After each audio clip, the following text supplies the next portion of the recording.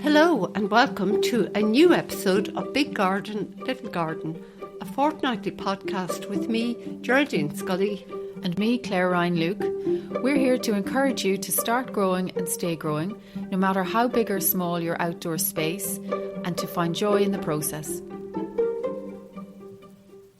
So this week we have something a little different. We are joined by Danielle Doody of Naturally at the Wren's Nest.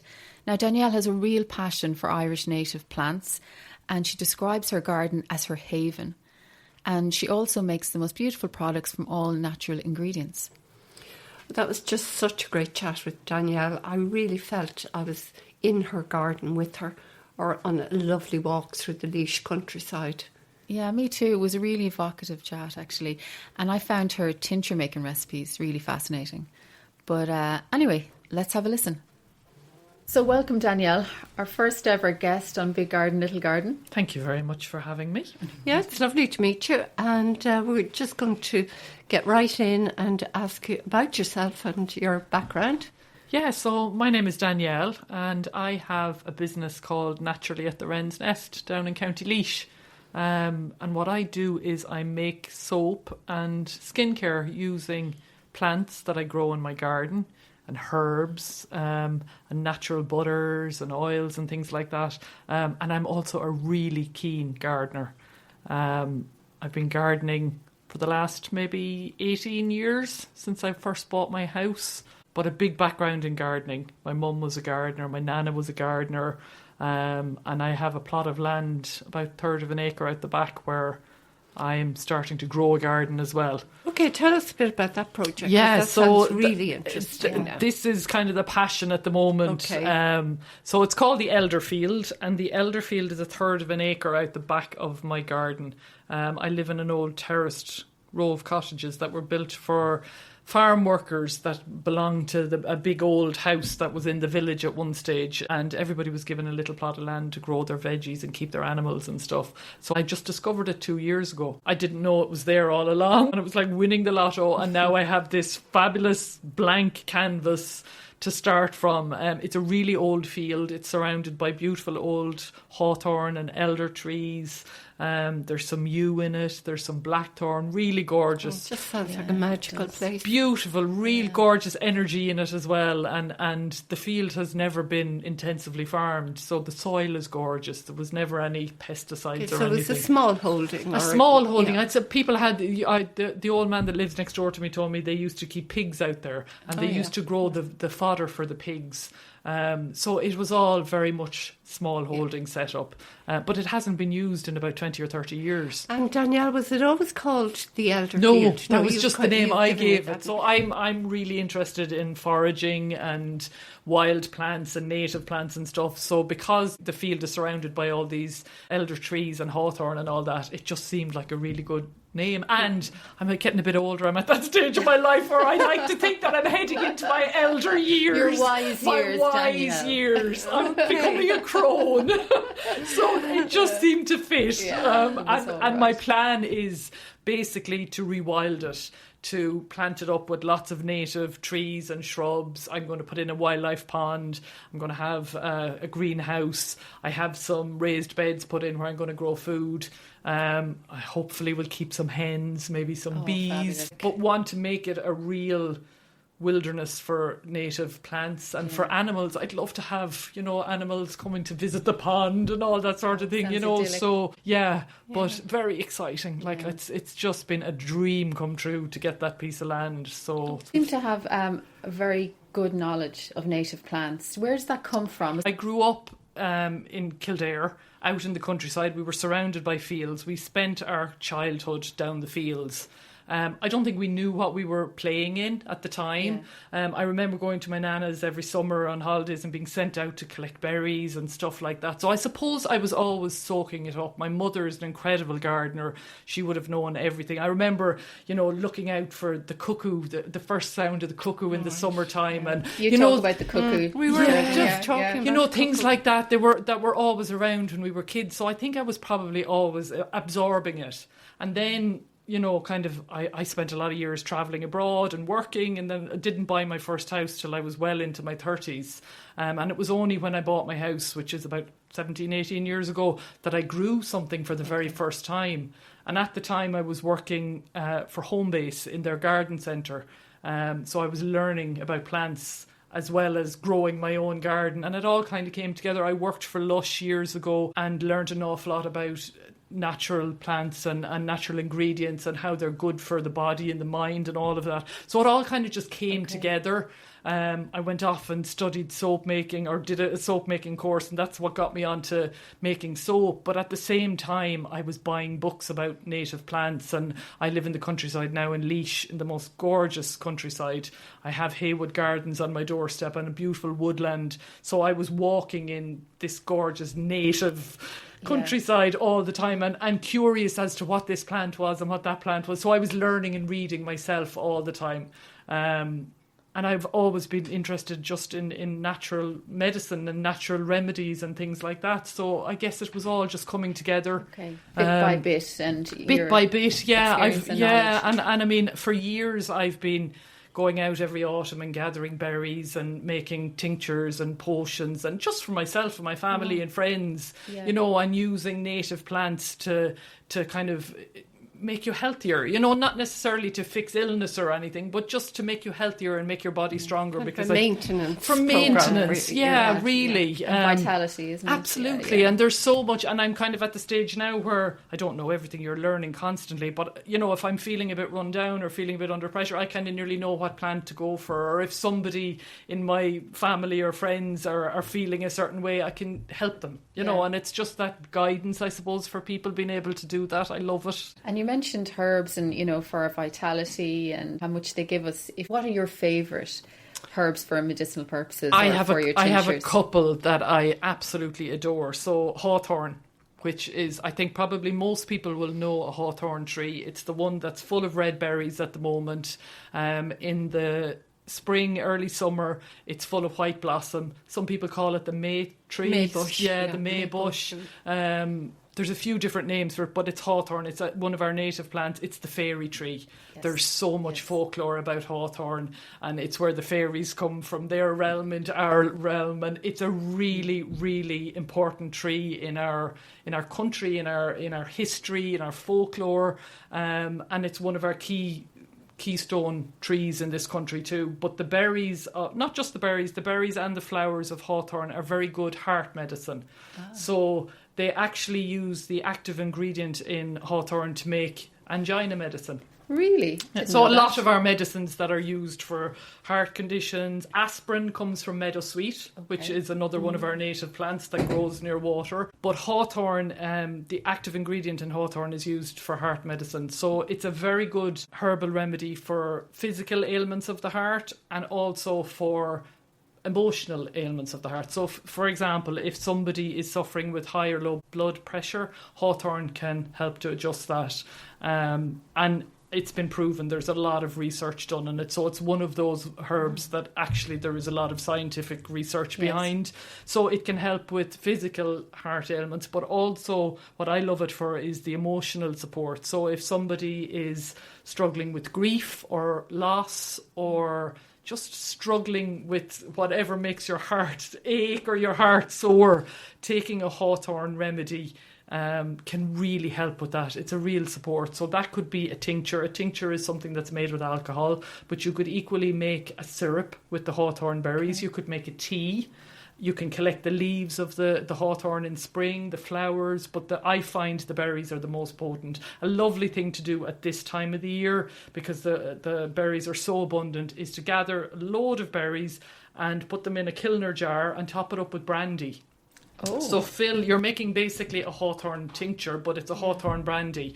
And if you add a couple of tablespoons of like brown sugar Give it a really good stir, a really good shake, put it in a dark cupboard, and by Christmas time you have a beautiful hawthorn brandy that you can share with family and friends. Or you could decant, so do I. you I'm getting could thirsty. decant it into little small bottles and give little tiny bottles of it to people. But it's a really good emotional heart support. So it's like giving love to somebody. A little bottle of hawthorn brandy is like giving somebody a little bottle of love. You could add some rose hips to that. You could add some, I don't know, there's not very many blackberries left now. Sloes. I came across a load of sloes the other day. On the sloes is the fruit of the blackthorn.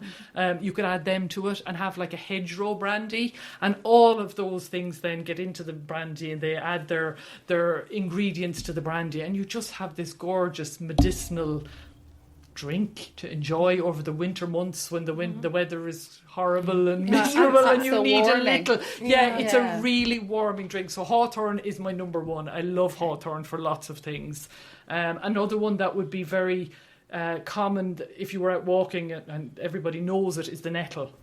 Yes, I know nettles and very fond of nettles, Geraldine, aren't you? Yeah. Well, I love the nettles for the butterflies, but Lord, I hate being stung by them. And I think everybody really has do. memories of horrible nettle stings. Yeah, mine was on my face about 2 days ago. You're going to have to we're going to have to get you fully covered in a I'm gonna hazmat have suit or to something. Like a to have the beekeeper yoga. suit.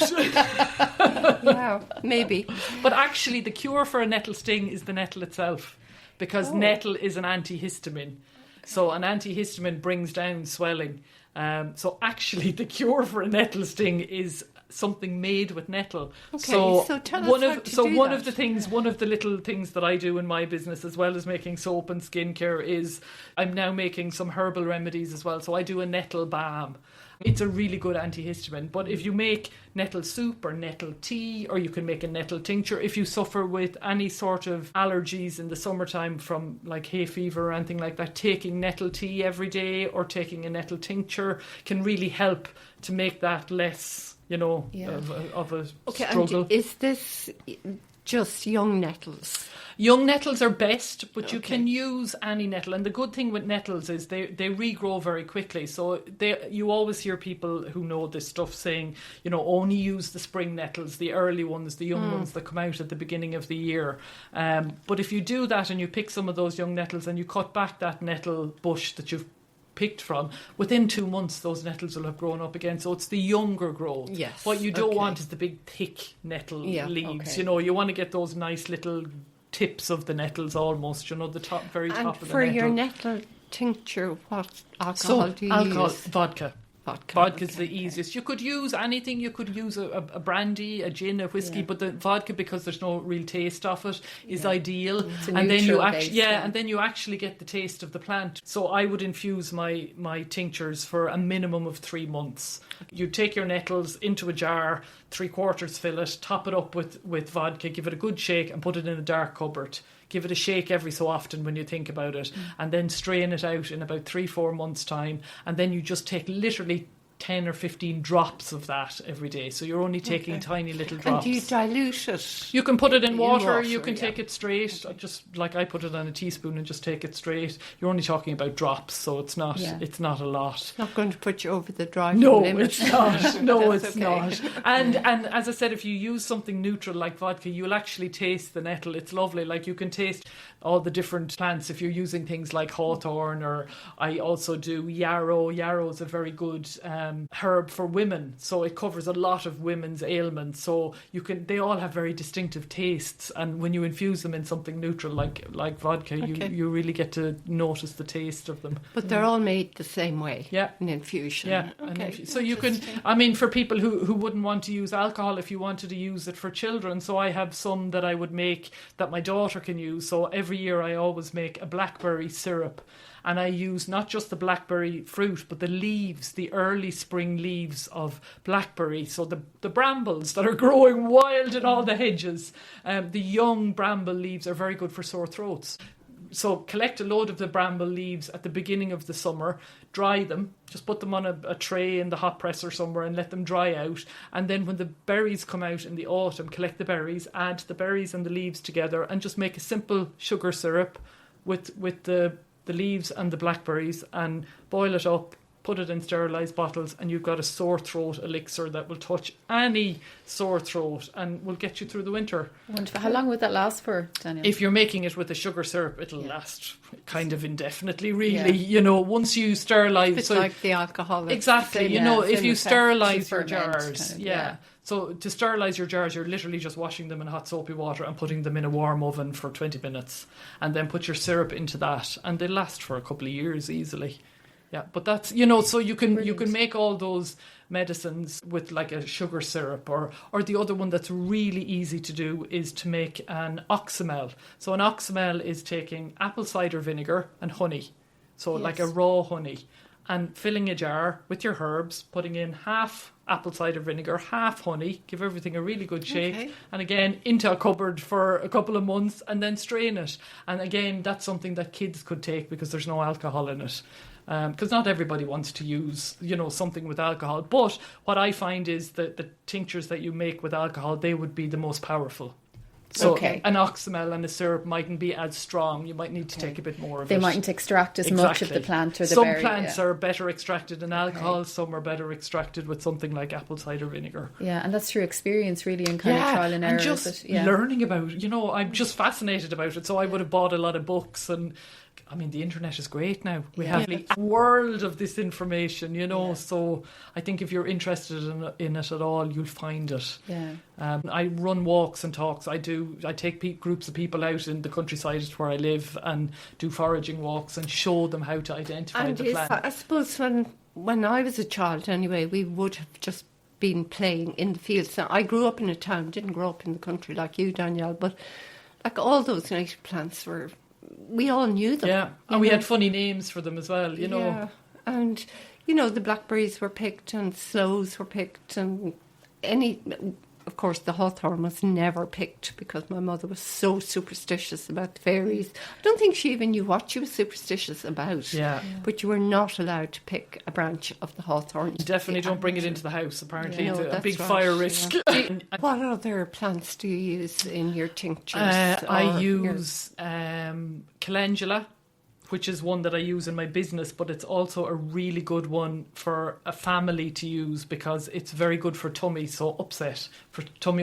It's very anti-inflammatory. So if you have kids in the house, having a calendula, I do make a calendula tincture for myself, but so that my daughter can use it, you can make like a syrup again, just a simple sugar syrup. And do you grow the calendula? I grow all my own calendula because I make my own calendula oil that goes into all my soaps. It's one of the easiest plants to grow. Like, it grows from seed so easily. It's almost like a weed, like really, really easy to grow. Claire, for you as a new gardener, yeah, I'm definitely got one of the easiest to grow, and a super easy one to use yourself. So, as I said, I make my own calendula infused oil, and all that is you buy a neutral oil. So something like I use an organic sunflower oil. Dry your calendula flowers, so you pick them on a sunny day when they're open fully, so you've got lovely big full heads of petals. Put them somewhere to dry out completely. It's really important that they dry completely before you use them, because if you have any bit of moisture left on them and you're putting them in an oil, your oil can turn rancid. So put them on a tray somewhere warm. I use my hot press, or I have a dehydrator that I use in the workshop as well, but somewhere where they'll dry out completely. And as soon as they're dry and crispy, put them into a jar, top them up with sunflower oil, maybe a third of dried flowers to 2/3 sunflower oil, and leave them to infuse on a sunny windowsill or a sunny spot for, I would leave all of mine for a minimum of 3 months, but you can do it. You know, if it was a really sunny summer like we had this year, a month would be fine. And then you strain it out and you have gorgeous calendula oil. Calendula oil is anti-inflammatory, antibacterial, antimicrobial.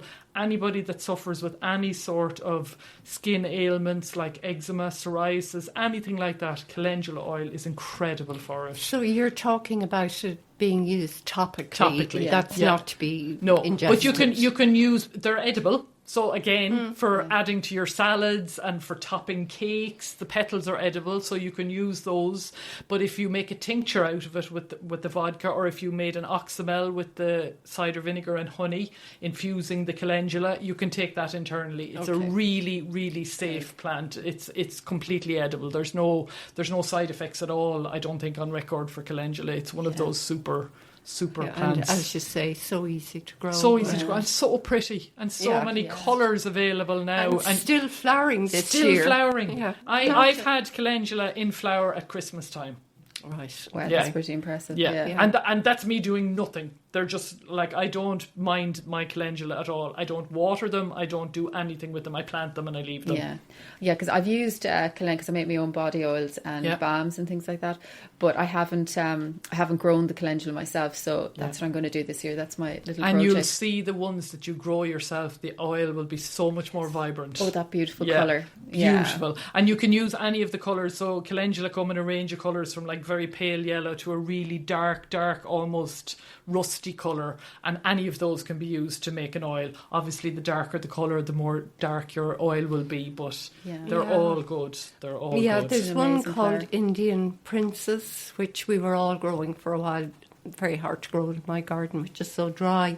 But as if you just wanted for the appearance in your garden, it's a beauty because it has the orange on the front, but this really, really dark, almost purple on the back. Just beautiful, really petals. lovely one. That one, it sounds gorgeous. It's gorgeous. And there's lovely big flower heads on that one too. Big flower heads and easy. It's as easy to grow as any of them. They're so easy to grow. They have to be one of the easiest flowers to grow. Honestly, there's no minding involved. But maybe it's just not as hard to mix in with a border as some of the really with the colours, garishy coloured ones. See, you're thinking more artistically than me. No, you're thinking holistically. Yeah, my garden is not, as I'd say, as nicely put together as yours is. It's all about the appearance. For me, yeah, no, it's not for me. It's about what can I use and what's practical.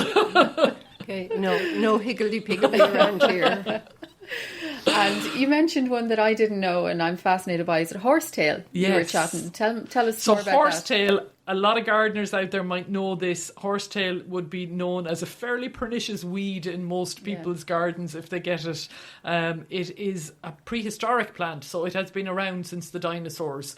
It's a weed, it's known as a weed, but it's native to Ireland, and it is a really good remedy for the scalp and hair. So anybody that suffers with thinning hair or hair loss, horsetail is really good because it's packed with silica, so it's good for the hair and the skin, but particularly for the hair. So I do a hair oil that uses nettle and horsetail in it, and it's made with, as I said, native homegrown nettle and horsetail, because I have both growing in abundance out in the field. So, I mean, that stuff is growing everywhere again, and it's so good. And it's, again, there's a lot of research done on horsetail because it's around a long time, so it's proven to be. There's data there to back it up. Yeah.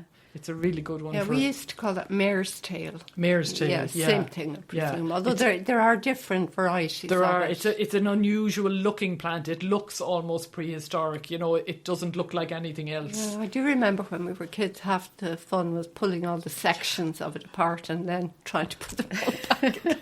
A little puzzle. You had a puzzle. Yeah, we had to create our own fun in those days. That was like with the cleavers, the goosegrass. You know, the stuff where you throw the balls and then stick. Again, cleavers is a really, really good tonic for cleansing the blood in early spring when the first cleaver starts to come up before it gets really long and raggedy.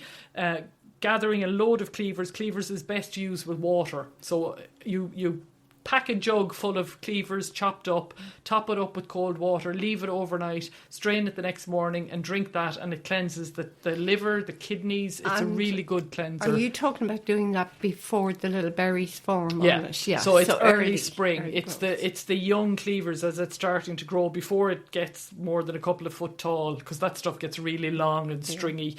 Cut the fresh growth. Okay. It tastes like cucumber water. It's gorgeous. Like that sounds very nice. It's really refreshing. So just pack a jug full of it, top it up with water, leave it overnight and drink it the next day. So it's amazing, like people, you know, things we might have regarded as weeds, have these amazing benefits. And our native plants. That's the key. Plants, it's our yes. native plants. I love gardening as much as you guys do. I love having stuff in my garden that's not native because it's beautiful, and that's how we've been raised. I mean, we all want to have a little bit of everything, and especially when we travel and you see things growing other places, you want to bring some of it back, but it's also really important to have the native stuff because not only is it good from a medicinal and herbal point of view, but it's the native animals and the native insects need those native plants as well. The whole ecosystem. Yes, it's really important. I mean, yes, the bees will drink from salvia, which isn't native to Ireland, they'll drink from that, of course.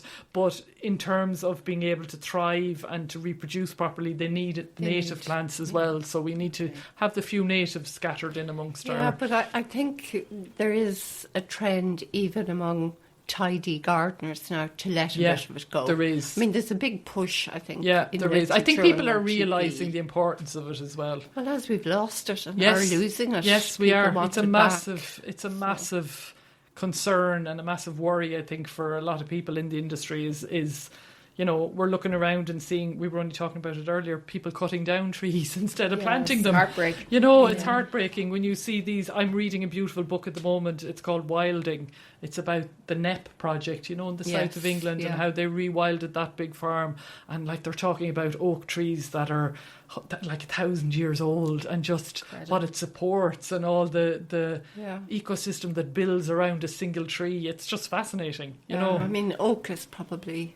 the most important tree, really. It really is, and we've so few of them. Hemisphere. Yeah, and we've so few of them left, So we need to get out, and that's what I was at this week. I was planting acorns into pots, hoping to start the next generation. Well, absolutely. I mean, my husband is mad into oaks and has planted a good few in Laois. They don't all do well. It's very hard to re-establish, and the Sleep Blue Mountains in Laois were originally completely forested with oak that was cut down for shipbuilding. Yeah, I was reading about probably that. 16th, 17th century, never replanted. Wow. And now they can't actually seem to manage to establish oak back. Why is there. that, do you think? Because the whole habitat is lost. Yeah. Okay. And now if you start planting oak, you've got the wind and you've got nothing further it's on. Not protected because there's no other trees, no other oak trees around. Yeah, so it's a huge loss to Ireland. Massive. Most of the oak was taken out of Ireland. Yeah. For shipbuilding. But anyway, you have a lovely idea for, dare I say, the Christmas word. You're actually going to plant some trees for your family instead. Yes, so I said to all my family this year, there's no more buying presents for people's birthdays or Christmas. I'll plant a tree for them instead. Okay. And will they know which tree it is? So I've given them a list of native trees and I say pick whichever one you want out of that list and I'll plant one of them in the Elderfield, and the plan down the line is eventually to have a little tag or something made for each one that I can put on the tree to say who it belongs to. And are they open to that? Yeah, they have. I've planted... my aunt, I planted a crabapple tree for her. I planted a hazel for my uncle. My cousin Cormac got a hawthorn. That was his request. He wanted a hawthorn. I planted a couple of beech trees side by side for my sister and my cousin. Yeah, there's lots of trees gone in. So I just think it's a lovely idea. A niece of mine in America got married recently, and I told her that instead of a present, I would plant a crabapple and a hawthorn for her and her new husband, because both of those trees would be linked to love and marriage and that. So I'll put a pair of them in the field for them together. And, it's just the idea that down the line, the kids will be able to say, oh, that's so-and-so's tree and that's so-and-so's tree. We all get a tree in the Millennium. Yeah, do you remember that's that? right. Actually, I'd forgotten about that. It's Millennium Forest somewhere with a name on the tree. I mean, it's a lovely idea, and I think it gives people then ownership, and they're more likely to look into it a bit more and maybe learn about it, or to be able to go out and say, wow, that's my tree. That's my tree. Would you love that? You really want to encourage people and get everybody on board and promote this awareness of native plants and native trees, and how but also just how important it is for you, for as a person. Yes. There's nothing, and I'm sure you feel the same, there's nothing like being out in nature for just connecting you to yourself and just giving you a bit of perspective and helping you to feel part of the bigger picture. I mean, it's so important, and I am just all about nature. That's just my love. I adore it. Teachers doing great work in schools as well. Teachers like planting sunflower seeds and stuff with kids and showing them how things grow. Because a lot of kids now don't, if you're growing up in a city or an apartment and you're not growing at home or your parents aren't into that, how do you know where things come from?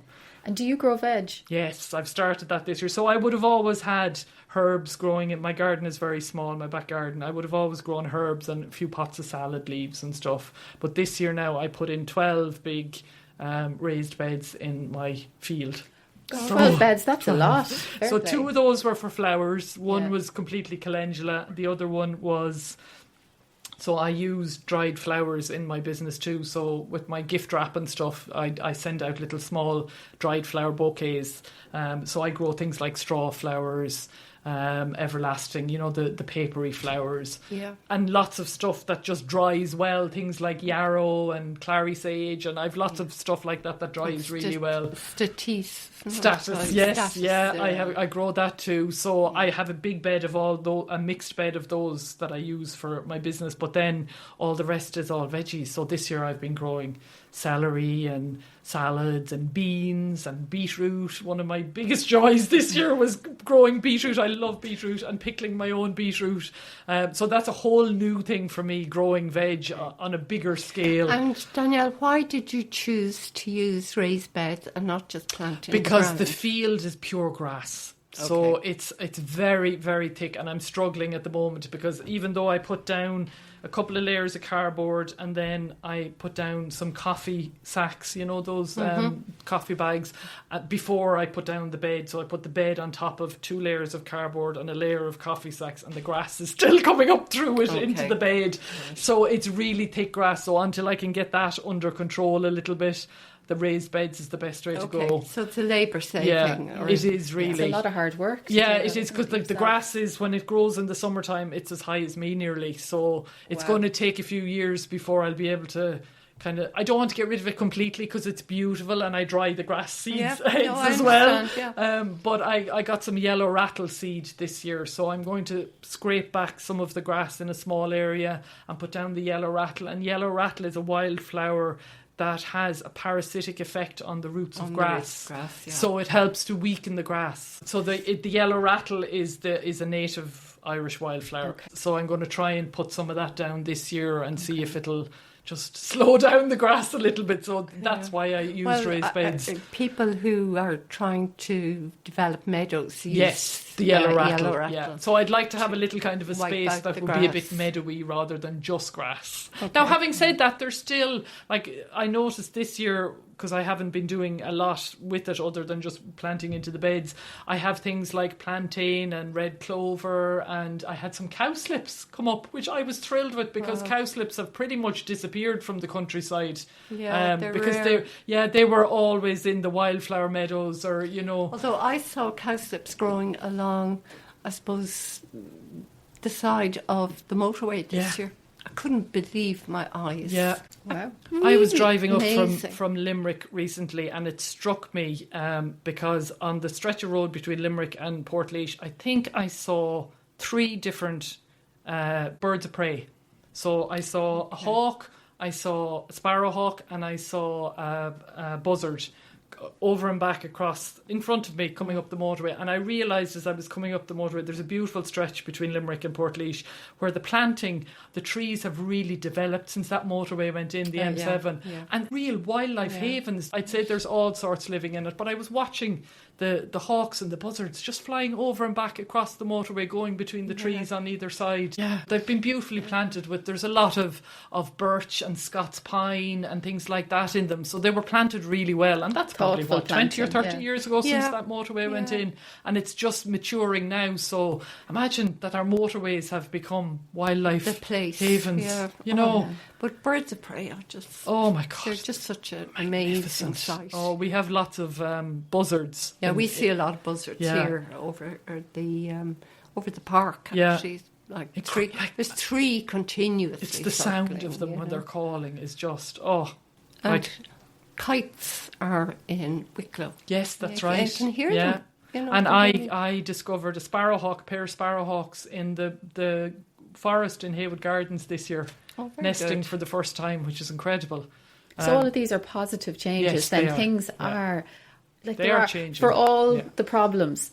There's hope and there's good things happening as well. Yeah, and there is, and it is positive. And I think there's an awful lot of work being done by people like Birdwatch Ireland and the Wildlife Association. Although like there's incredible awareness, I think, and people are just becoming a little bit more mindful of mindful. It maybe. Maybe mindful is the right word. And there's a growing awareness of no mow May. It's just kind of ridiculous because you're encouraging everything to grow and then you come in and you just cut them. You mow it all down. Oh my God, yes, of course. Like so, really, I don't know. Maybe it's good in a symbolic way, but I think in a practical way, it's not. I think there's look, we're all talking about it, aren't we? So that's making people more aware. And you know, if maybe one thing we said today sticks in somebody's head, isn't that great? It means somebody else is more aware. Well, maybe someone will buy a tree for someone for Christmas. Yes, you know. Like, exactly. That's just and you know what? Thing. I have a tiny garden, a really tiny garden, and I have at least 4 or 5 trees in my garden. So you don't need a big space to grow a tree. Well, now that's a bit of a hobby horse of mine that I will return to at another time. Trees not to plant.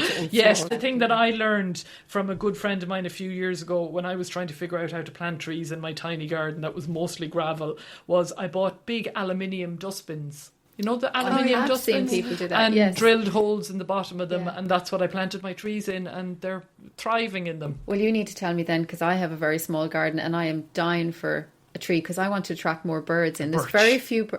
In my Geraldine, you know the size of my garden. Could I do that? You could if you pick the right birch and you're willing to mind it. No, I would. I love birch. Absolutely. And hawthorn.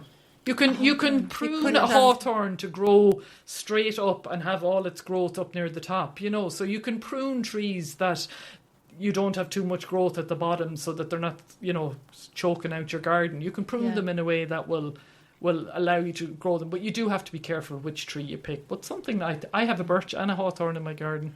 Amazing. Oh, I would just love it because at the moment I put out a bird feeder and I have no birds coming to it at all.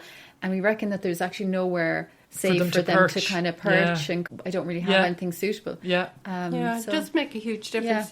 They like their little spaces. They do. To be protected as they get to maybe a bird feeder or something. Definitely. So it's possible for me. Yeah. Amazing. Okay. And the other thing I have, which I probably will have to move at some point because it will get too big, but I have a stone pine. So it's like a pine tree. Stone pines, when you see them growing in the wild, are huge, big pine trees, but all the growth is in a big cloud at the top of it. It looks like a Scots pine for all the world, but it's called a stone pine, and it's just the way they grow. So I have one in a big galvanised dustbin for the last 5 or 6 years, and it's growing really well. But again, all the growth is at the top, so it grows a nice big thick. And eventually, if it gets too big, you can give it to somebody who has the space to grow it or plant it out somewhere. But, you know, there's definitely trees that will work in a smaller space. But I noticed the birds love perching in it. Well, that's what I need then, maybe. I need to pick the right one for... Or even something like a shrub, Geraldine. You know, something like a weigela or something. If you put that in a big container, it has a lot of branches on it that kind of works the same way that they can land on, you know. A lot of shrubs really are small trees. Yeah. The crab apples, your crab apples are beautiful. I would love a crab apple tree. Oh, they're beautiful. And you can prune them. Yeah. You can prune them in a way that keeps them small. So maybe there's a lot of possibilities. Yes. That's very encouraging. Now, to wrap up, you're coming up to the busiest time of the year. Are you going to be out the door making soaps? Tell us a little bit about I have most of it done because my soaps take a month to cure. Okay. So the curing process is after they're made, they're put on a shelf to dry out, basically. So it takes a month. So I would have a lot of them made at this stage. But yes, I'll be busy. What I'll be busy doing is wrapping gifts. And they're beautifully wrapped. We have seen some that you very kindly brought for us. Were spoiled. And they're beautiful. Yeah, I buy recycled silk ribbons that come from a women's cooperative in India that are left over from the sari silk trade. And I get them as a white ribbon, a kind of creamy coloured ribbon, and I dye them using plants. So things like hibiscus, avocado stones, yarrow, all those things, they dye them natural colours. And I use those to wrap my gifts, and then you get little dried flowers as well. Just talk us quickly through your process of making your soap. From the beginning. So I would have my oils and my butters. So I use shea butter, coconut oil, olive oil, my own homemade calendula oil and castor oil to make my. So all of the butters and the oils would be melted down to liquid. So the shea butter and the coconut oil, they get melted down to liquid. And then to turn those butters and oils into a soap, you need lye. And lye is caustic soda and water. And when people hear that, they go, what, there's caustic soda in my soap? There's not. Because what happens is you add that caustic soda mix to the oils and butters, and a chemical reaction happens. It's called saponification. And that turns the liquid oils into a hard substance. Soap. And is lye one of those products that was considered very dangerous? It is dangerous. So if you like, you need to have gloves and a mask on when you're working with caustic soda. But what happens, it's an alkaline substance. So what happens is when it goes through that chemical process of mixing with the oils and the butters, it loses the alkalinity. So it becomes neutral, but it turns it into a hard substance. So you cut that up then and you have that on your shelf. So I only use essential oils to fragrance my soap. So I don't use manufactured fragrances. Yeah. Again, plant essences. And the idea is that, using a bar of that soap in the shower in the morning is going to help you feel better. It's going to bring you a bit closer to nature. It's going to connect you with the scent. So if you're using my fatigued soap, has rosemary, bergamot and rose geranium in it. And it is literally the essence of those plants. It's not a fake smell of those plants. No, it's the real thing. Yeah. And those essential oils can affect your brain chemistry. They can make you feel better. They can make you feel less tired. Rosemary is really good for sharpening your focus. So if you have an important job to do, even just picking a bunch of rosemary from the garden and sniffing it can help your brain to sharpen and focus on what you need to do. So I only use essential oils. Do you find, because I work with essential oils an awful lot myself and absolutes and various things, and what I would have found, I haven't made soap, but I have made candles and I make balms for myself and the family and body oils and things like that. But do you find you have to use a strong smelling oil because it gets drowned and pulled into the soap and it's harder to get a strong scent? Do you ever come across that? No, I haven't had that issue, thankfully. I think because I make soap the really old-fashioned... So soap makers can make soap in lots of different ways and using different temperatures and all of that. I use a very old-fashioned method, which is room temperature oils and butters and room temperature caustic soda. I let it all cool down before I use it. And that way you're not adding essential oils to a hot substance, and the heat can sometimes destroy the smell. Now, when the saponification, that chemical reaction happens, your loaf of soap gets really hot, but for some reason it doesn't with mine. It doesn't flatten the scent, it doesn't. Say. No, wax has a tendency to. That beeswax is very tricky. Yeah, you need to know it can do. Well, I've been a customer of yours for a few years now, and I just love your soaps. But what I really love is your body butter. I mean, it's top-notch quality, fabulous. But what I love about the body butter is how quickly it melts on my hand. Yeah. All of my products are water-free. So water's not a bad ingredient, and it's not a bad ingredient in skincare. But what happens when you add water to a formula for skincare is that it thins out the oils and the butters. So my body butter is just butter and oil. So it's coconut oil, it's shea butter, it's sweet almond oil, nothing else. Yeah. So it literally melts, as you say, onto your skin, and the smallest amount will go really far. My face creams come in tiny little jars, and people often say, but you're like, that'll be gone in no time. You only need the tiniest little bit because it's just pure oils and butters. Yeah, it's such a joy though to rub on your skin. And they smell amazing. Gorgeous. And I have 2 new ones out for Christmas. So every Christmas I usually do a kind of a seasonal range or whatever, and the candy cane range has been around literally since I started, and it's peppermint, sweet orange and vanilla. That blend, lovely. It literally, you'd lick yourself. You literally would go and lick yourself. Put a ribbon on yourself. It's delicious. Yeah. It's so good. Tie yourself up in a bow. And then the other one is the North Pole range. So the North Pole is like, think of kind of frosty crisp. It's eucalyptus, peppermint and vanilla.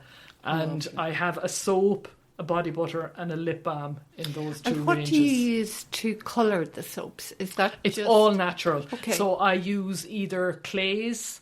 So you can get cosmetic clays that are like a pale green, a pale yellow, a pale pink. I use plant infusions. There's a couple of different ones that work particularly well. So annatto seeds, which are the seeds of the... I always say it wrong. A chiote plant, I think, is the tree. It comes from South America, but it's the colour, it's the seed that gives cheddar cheese. It's orange colour. And I infuse that in my oil, the annatto seeds, and that's what gives my fatigued soap. It's gorgeous orange colour. Right, okay. Turmeric. I love turmeric. Yeah, I use coffee, ground coffee, like I reuse. I run a coffee shop in the village with my friend, and I reuse the used coffee grounds, and that goes into my coffee scrub. And actually, you have created a coffee soap. Yeah, I because have. I've seen that Yeah, for I sale have. in Flour and Bean. Yeah, I have, and that's reused, recycled coffee that's ground locally in Stradbally or roasted in Stradbally. We use it in the coffee shop, and then the leftover coffee grinds go into my soap. I dry it out and it goes into my soap. Absolutely. So it's So it's all my colour. All my soaps are coloured naturally. Do you ever use the ground coffee leftovers for slugs, or is that?